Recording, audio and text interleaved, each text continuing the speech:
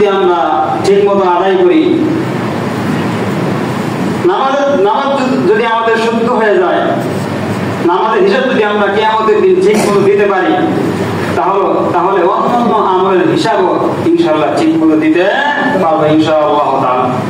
আল-মুজামুল আওসাত একটা কিতাব আছে, এই কিতাবের 1859 নম্বর হাদিসের বর্ণনা। قال رسول الله صلى الله عليه وسلم, রাসূলুল্লাহ সাল্লাল্লাহু আলাইহি ওয়াসাল্লাম বলেছেন, আওয়াল মা ইউহাসাবু বিহি আল-আবদু ইয়াওমাল কিয়ামাতিস সালাত, কিয়ামতের দিন সর্বপ্রথম বান্দার নামাজের হিসাব হইবে। ফাইন সালাহা সালাহা সাইরু আমলিহি, যদি বান্দা নামাজের হিসাবটা ঠিক মতো দিতে পারে, সালাহা সাইরু আমলিহি, তাহলে অন্যান্য আমলের হিসাবও ঠিক মতো দিতে পারবে।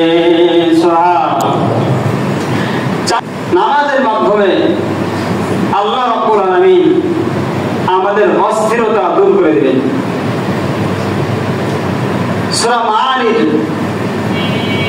29 নম্বর পারা 9 নম্বর পৃষ্ঠা 19 নম্বর আয়াতে আল্লাহ রাব্বুল আলামিন বলেন, ইন্নাল ইনসানা খুলিকা হালুয়া, নিশ্চয় মানুষকে সৃষ্টি করা হয়েছে দুর্বল করে, ভীতু করে। মানুষ একেবারে দুর্বল।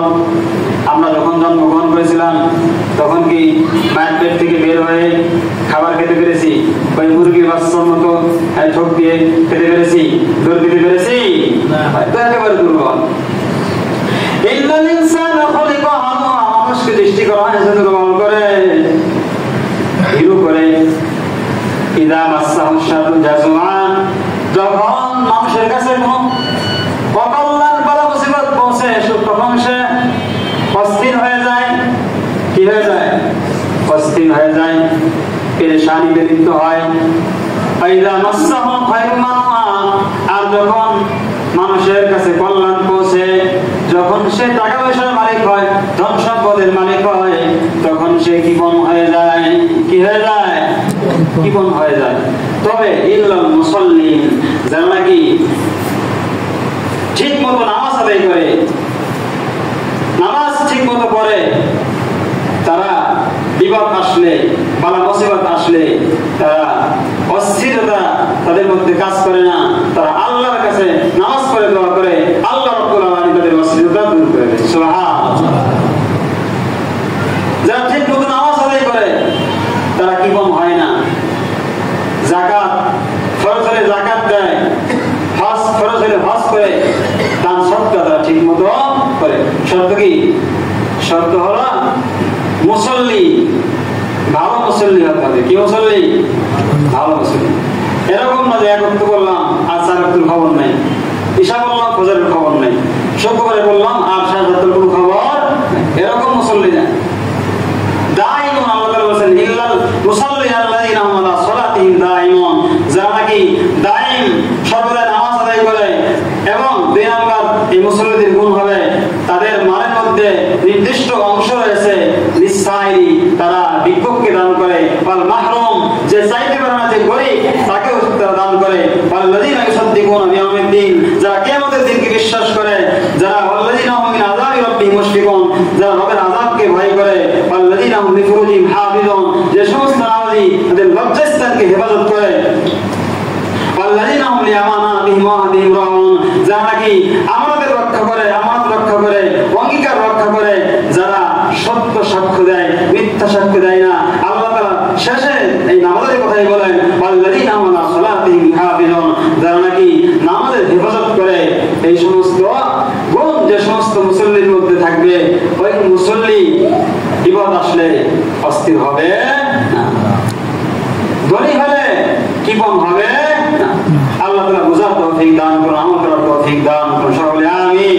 নামাজ যদি আমরা ঠিক মতো আদায় করি, আল্লাহ রাব্বুল আলামিন এর ওয়াদা আছে, আল্লাহ রাব্বুল আলামিন নিজ জিম্মায়, নিজ দায়িত্বে আমাদেরকে জান্নাতে প্রবেশ করাবেন। সুবহানাল্লাহ। সুনানে আবু দাউদের 1240 নম্বর হাদিসের বর্ণনা। قال رسول الله صلى الله عليه وسلم, রাসূলুল্লাহ সাল্লাল্লাহু আলাইহি ওয়াসাল্লাম বলেছেন, খামস সালাওয়াতিন ইফতারাদাহুল্লাহু আলাল ইবাদ,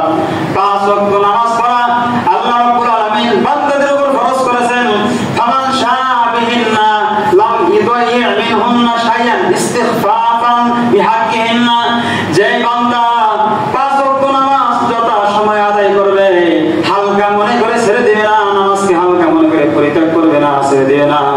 কানা লাহু আলাল্লাহি আহাদুন, আল্লাহ রাব্বুল আলামিন ওই বান্দার ব্যাপারে ওয়াদা করেছেন, অঙ্গীকার করেছেন। আল্লাহ রাব্বুল আলামিন আইয়ুদখিলুহুল জান্নাহ, ওই বান্দাকে নিজ দায়িত্বে নিজ জিম্মাদারিতে জান্নাতে প্রবেশ করাবেন। সুবহানাল্লাহ। ওয়ামান শাআ বিহিন্না লাম ইউযায়্যিব, আর যে ব্যক্তি নামাজকে হালকা মনে করে ছেড়ে দিলে, নামাজ পড়ে লাভ কি? নামাজ পড়ে ভালো হয়েছে কেনা বুঝলেন নাই? এরকম কথা বাকি বলো না বলো, নামাজ পড়ে লাভ কি? বলো না। নামাজ হালকা মনে করে নামাজকে ছেড়ে দিলে আল্লাহ রাব্বুল আলামিন বলেন, আমি তার জন্য কোন জিম্মাদারি জান্নাতে নেওয়ার কোন জিম্মাদারি নিলাম না, নেই। যদি চাই তাকে শাস্তি দিব, আর যদি চাই তাকে আমি নিজ কুদরতে জান্নাতে প্রবেশ করাবো। পাঁচ ওয়াক্ত সালাত সময় মতো আদায় করার তৌফিক দান করুন সকলে, আমিন। সগীরা গুনাহ হয়, কি গুনাহ?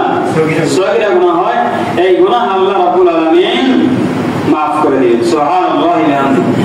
সহিহ মুসলিমের 431 নম্বর হাদিসের বর্ণনা। قال رسول الله صلى الله عليه وسلم, রাসূলুল্লাহ সাল্লাল্লাহু আলাইহি ওয়াসাল্লাম বলেন, মা মিন ইমরিন মুসলিমিন তাহদুরুহু সালাতুন মাকতুবাতুন, যে মুসলমান মুমিন মুসলমানের নিকট নামাজের সময় হয়ে যায়, অথবা ফায়ুহসিনু উযুহা, উত্তম ভাবে ওযু করে, ওয়ারকুআহা ওয়া খুশুআহা, উত্তম ভাবে রুকু সিজদা করে নামাজ আদায় করে, ইল্লা কানাত কাফফারাতুন লিমা ক্বাবলাহা মিনাজ যুনুব, এই নামাজ তার পূর্বের গুনাহের জন্য কাফফারা হয়ে যায়। সুবহানাল্লাহ। তার পূর্বের গুনাহের জন্য কাফফারা হয়ে যায়। মালাম ইউতি কাবীরাতান, শর্ত আছে, যদি সে কবিরা গুনাহ না করে। কি গুনাহ? কবিরা গুনাহ। সুদ খাওয়া কবিরা গুনাহ কে বলে? ঘুষ খাওয়া, এতিমের সম্পদ ভক্ষণ করা, জুলুম করা কবিরা গুনাহ। অন্যকে অন্যায়ভাবে মারধর করা কবিরা গুনাহ। দেশের সম্পদ লুণ্ঠন করা, জনগণের সম্পদ লুণ্ঠন করা, জনগণের সম্পদ লুণ্ঠন করে বিদেশে বাড়ি বানানো, কি বলেন? কবিরা গুনাহ। এগুলো কবিরা গুনাহ কি গুনাহ বলেন? কবিরা গুনাহ। এখন যদি যারা এই সমস্ত কাজ করছে, তারা যদি নামাজ পড়ে, নামাজ পড়ে, এই সমস্ত গুনাহ কি মাফ হবে বলেন? না, মাফ হবে না। বান্দার হক ফিরিয়ে দিতে হবে। রাসূলুল্লাহ সাল্লাল্লাহু আলাইহি ওয়াসাল্লাম এক হাদিসে বলেন, তোমাদের বাড়ির পাশে যদি একটা পুকুর থাকে, আর এই পুকুরের মধ্যে যদি কেউ 5 বার গোসল করে, তাহলে কি তার শরীরে কোনো ময়লা থাকতে পারে?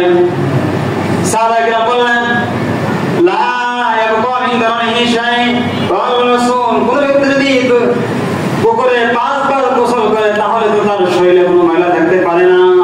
রাসূলুল্লাহ সাল্লাল্লাহু আলাইহি ওয়াসাল্লাম বললেন, মিসলুস সালাওয়াতিল খামসু ইয়ামহুল্লাহু বিহিন্নাল খাতায়া, 5 ওয়াক্ত নামাজের উদাহরণ